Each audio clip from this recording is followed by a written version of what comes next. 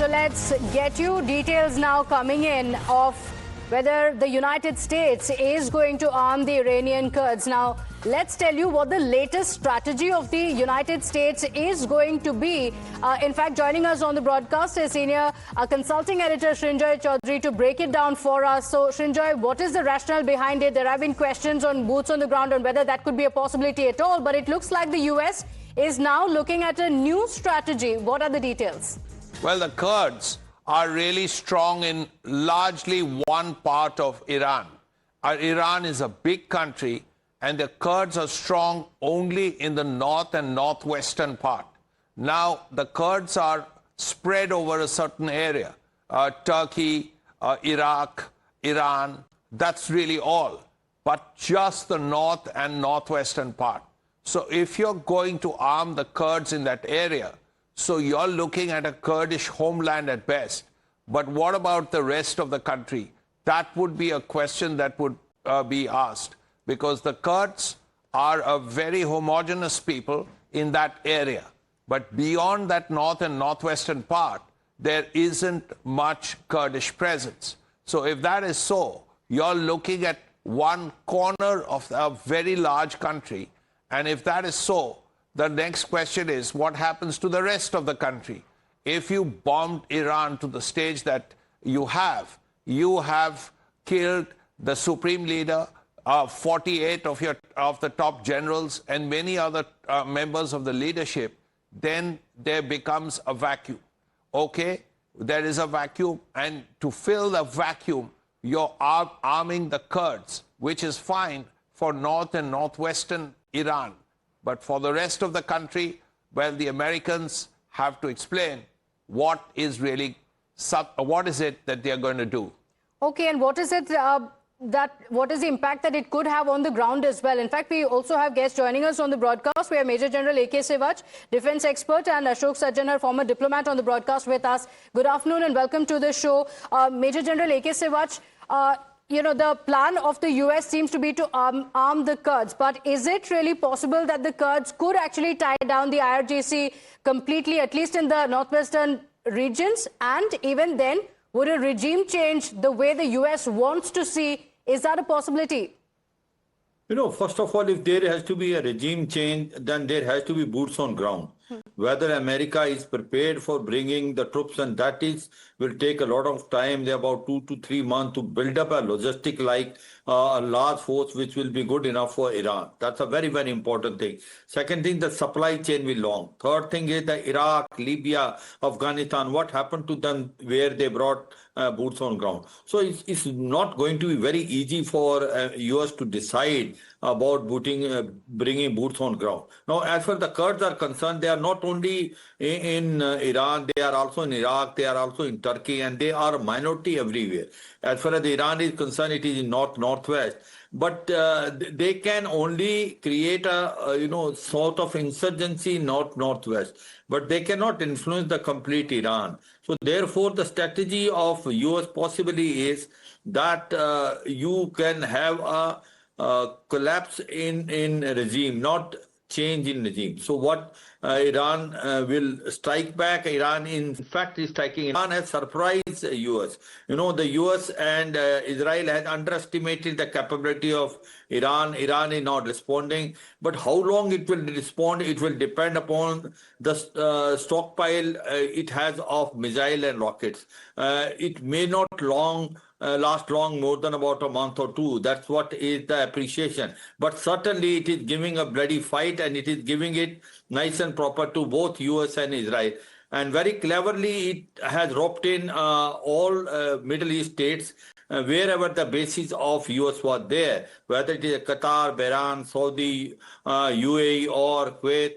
So it is sending a message to them: if you have a basis of US in your courtyard, then you are going to be striked. So there'll be this is a regional war. Aim is to get the pressure done by these countries on US to stop the war. And second thing is, the surprise is achieved because they are very close by, and their air defense system is not as powerful as Israel. And it has already blocked Strait of Hormuz. 20% Yes. of the world oil goes from there. And Houthi rebels are now very, you can say, strong in Mediterranean Sea and Red Sea. They are Yes. not letting the ship go. So overall, Okay. Iran had In played fact, its... on the mention of that, I apologize for intervening, but we have some breaking updates coming in. Group Captain Augustine Vinod is also on the broadcast with us. But as we discuss the Strait of Hormuz, we have some breaking updates now coming in. And clearly the crisis is boiling over as the tensions spike in the region. US has now stepped in to guard the Strait of Hormuz and is moving against the threat. In fact, Trump has ordered the escorts to also move in with the oil tanker. So some efforts also being made by the United States. This, remember, comes in after Iran had said that Strait of Hormuz will be closed. That's what Iran had claimed, and the immediate reaction from the United States had also been that it's not true. That is not going to happen. There have been efforts also coming in from China giving this appeal to Iran, but Iran made it clear any movement of vessel from the region could be a legitimate target. After which now, this is what Trump has gone on to say. The US president says, effective immediately, I have ordered the United States Development Finance Corporation to provide at a very reasonable price political risk insurance and guarantees for the financial security of all maritime trade, especially energy traveling through the Gulf. This will be available to all shipping lines. If necessary, the United States Navy will also begin escorting tankers through the Strait of Hormuz as soon as possible. No matter what, the United States will ensure the free flow of energy to the world. So, acknowledging the impact that it could have, the United States' economic and military might is the greatest on earth. More to come. That's the message coming in from the US president. In fact, we have more breaking updates now coming in. We have, in fact, a response from Iran as well, which has very clearly turned Hormuz into a war zone. A big claim being made by IRGC that says that tankers have been set ablaze. IRGC going on to say that there are more than oil tankers that have been struck. There is Gulf shipping as well that is under direct threat. So essentially what we're seeing now is two claims. One from Iran that says any movement has been struck. In fact, these visuals have also been put out that shows that any vessel movement is under attack. But you have the US with a claim coming in from the US president himself, who says that there will be cover for this. Ambassador, how do you see this proceeding from here? You know, since yesterday, there have been a lot of questions on what happens next. Is it going to continue or not? On Strait of Hormuz, there are multiple questions. And though the claim of Trump is that there will be cover that will be provided for any movement, Iran's attacks are going to continue, it looks like.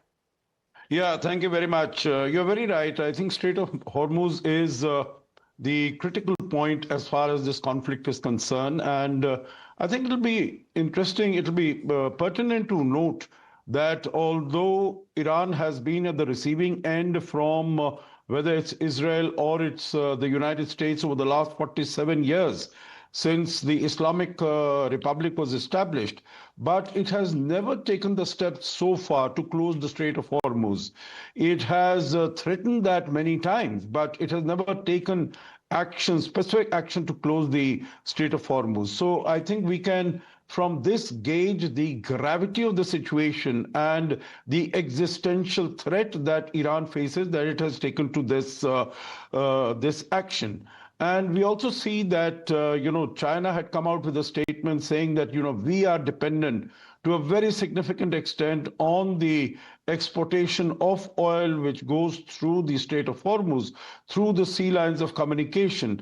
And we've also seen that Arakchi got a call from Wang Yi, the Chinese foreign minister, in which he again he again suggested that the Strait of Hormuz should be kept open, but Iran is not relenting. Now we have seen this notice coming from the US President, Mr. Trump.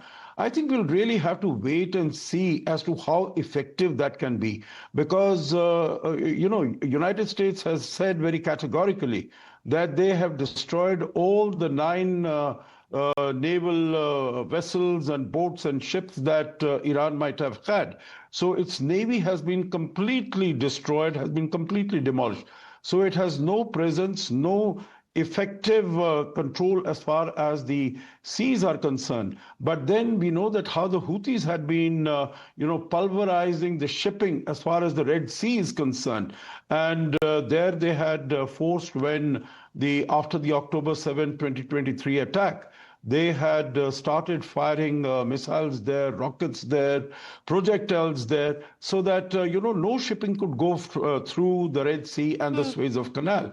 So all the shipping had to go around the Cape of Good Hope. So here also, even though the Iranian shipping and naval vessels might have been completely destroyed, might not be available, but still the missiles that have been raining, the drones that have been raining on the Gulf countries and on Israel, and even as far as Cyprus. So I don't think it'll be very difficult for Iran to put missiles on the tankers and the other ships that are going. I think according to last count, there were more than 150 tankers and large naval vessels that were in the Persian Gulf that felt threatened and that didn't feel confident that they would be able to sail through the Strait of Hormuz. Yes, because in these claims that are coming in from Iran and from the United States, will vessels actually pass through and take this kind of a risk or not?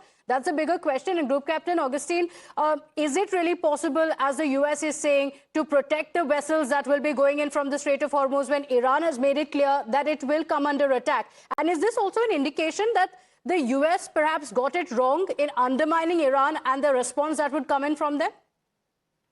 As I was listening to you and I was seeing the updates, no escort ship can provide any kind of security for oil. It's as simple as that. What will the escort ship provide security from? From an incoming missile? Will it be an air defense capable escort ship? Will it provide security from a midget submarine? Will it provide security from a direct line of fire? Remember, I've written an article on it. The north of Strait of Hormuz is hilly terrain with a lot of natural caves. So you can have anything down up to ACAC gun firing at the oil tankers. What kind of security will this escort ship provide? So I don't think the Trump advisors and people who are, come up with this bright idea of escort ship are military personnel or have anything, little bit of a military malum. So it's preposterous, to say the least. Only way we can secure world oil is through peace. There is no other way. I would say the Trump card that Iran holds of Hormuz is even bigger, much bigger than the nuclear card that it holds. And why is it attacking all producing nations? Because rest of the world, which is dependent on oil down to South Korea, they all bear upon US to come on the table and bring peace, which is the only reason why it is attacking oil. Okay, so you're saying that bargaining chip remains with Iran no matter what assurance comes in from the US that they will protect the vessels. Nobody is going to take that risk in the first place. We are breaking updates now coming in of the